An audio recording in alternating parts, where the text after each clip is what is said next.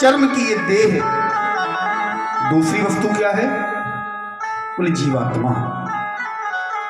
इस देह में जीवात्मा डाल दी गई तो एक व्यक्ति का निर्माण हो गया।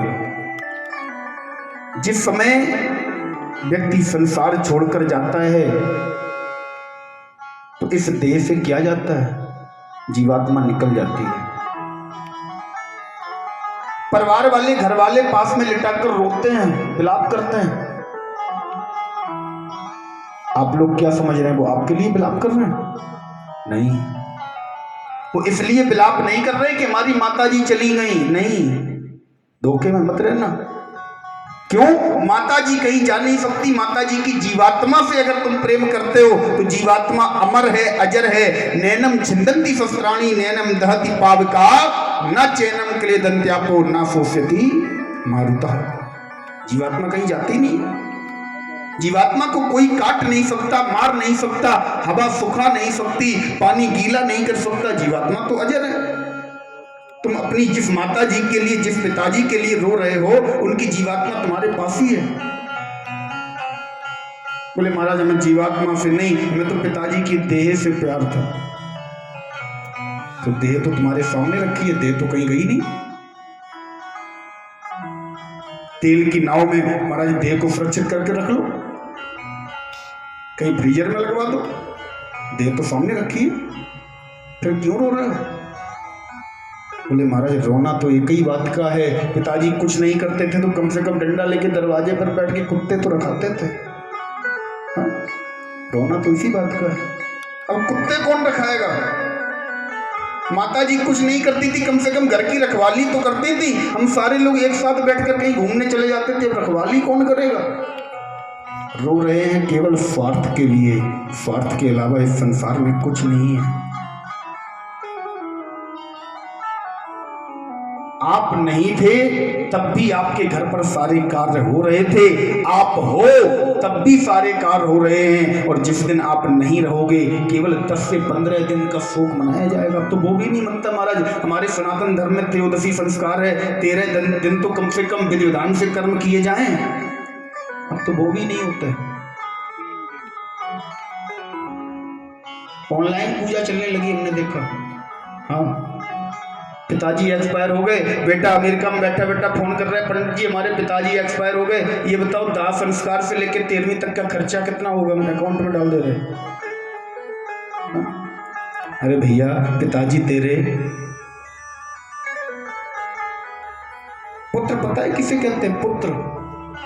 पुमात तत्रायते यश सा पुत्रः। बोले महाराज जो पुम नाम के नरक से बचाए उसे पुत्र कहते हैं। पुम नाम के नरक से बचाने का तरीका क्या है? जब तक कोई पुत्र पिंडदान नहीं करेगा तब तक पुम नाम के नरक से आप नहीं बच सकते। अब पुत्र पिंडदान करने के लिए पुत्रों के पास समय नहीं है। उन पुत्रों को आप अपना समझ रहे हो, जिनके लिए आपने कितने कष्ट सहे, क्या क्या नहीं किया। वो पुत्र,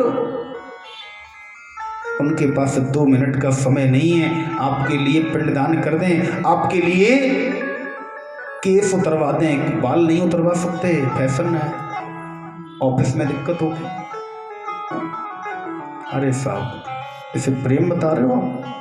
केवल स्वार्थ है। भोले बाबा कहते हैं पार्वती इस संसार में अगर कुछ सत्य है तो केवल मृत्यु और हरि का भजन। पार्वती हाथ जोड़कर कहती हैं प्रभु मैं उसी परमात्मा के, उसी राम जी के जिनके ऊपर मुझे संदेह हुआ था, उनके सुंदर गुणानुवादों का वर्णन सुनना चाहती हूं।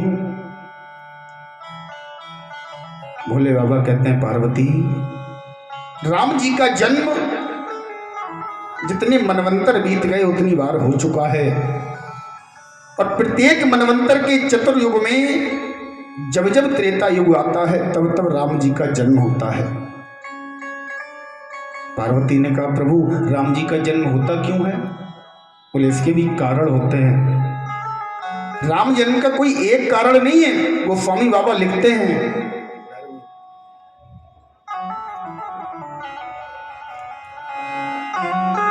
राम जन्मों के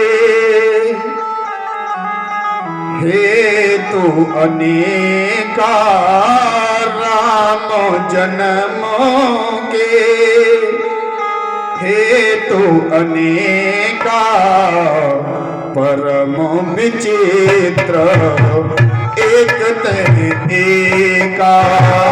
राम जन्मों के हेतु अनेका, राम जन्मों के एक अनेका, परम विचित्र एक तहि एका, परम विचित्र एक तहि एका।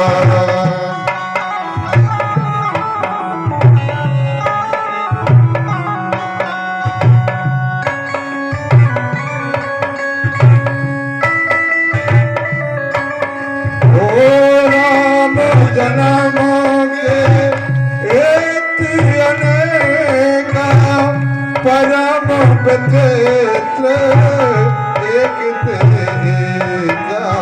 राम जन्मों के हेतु अनेका, परम विचित्र एक तेरा।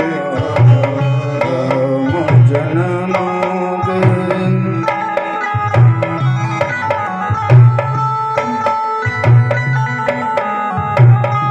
एक तहि एका, राम जन्मों के। पार्वती, राम जन्म का कोई एक कारण नहीं है। बोले फिर महाराज, राम जन्म के अनेका अनेक कारण हैं, एक कारण सबसे सुंदर है, वो मैं तुम्हें बताता हूं। बोले एक बार तुम्हारे गुरुदेव, पार्वती मैया के गुरुदेव कौन है? पार्वती मैया के गुरुदेव हैं नारद जी, जिन्होंने पार्वती मैया को बताया कि तुम भोले बाबा की आराधना करो।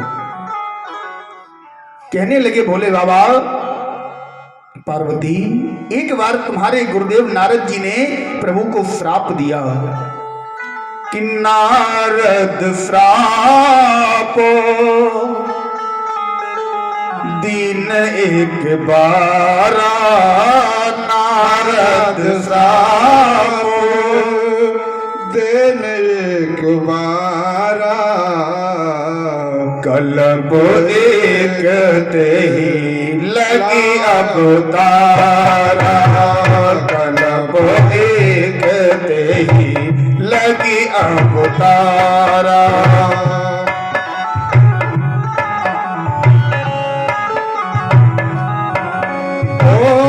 नारद श्राप दिन एक बारा, नारद श्राप दिन एक बारा, कल्प एक लग अवतारा।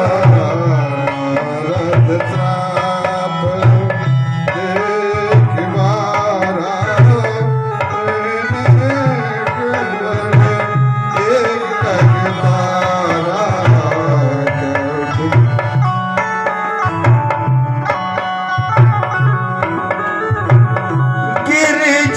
चकित भई सुन बानी, गिरजा चकित भई सुन बानी, नारद विष्णु भगत मोनि ज्ञानी, नारद विष्णु भगत मोनि ज्ञानी, गिरजा चकित भई सुन बानी, गिरजा चकित भई सुन बानी, नारद विष्णु भगत मोनि ज्ञानी, गिरजा चकित। क्या कहा बोले बाबा ने? नारद श्राप दीन एक बारा, कल्प एक ही लगी अवतारा। एक बार नारद जी ने भगवान राम को श्राप दे दिया। एक कल्प में तो नारद जी के श्राप के कारण अवतार हुआ। जैसे ही गिरजा मैया ने सुना, पार्वती मैया ने सुना, बाबा क्या कह रहे हो?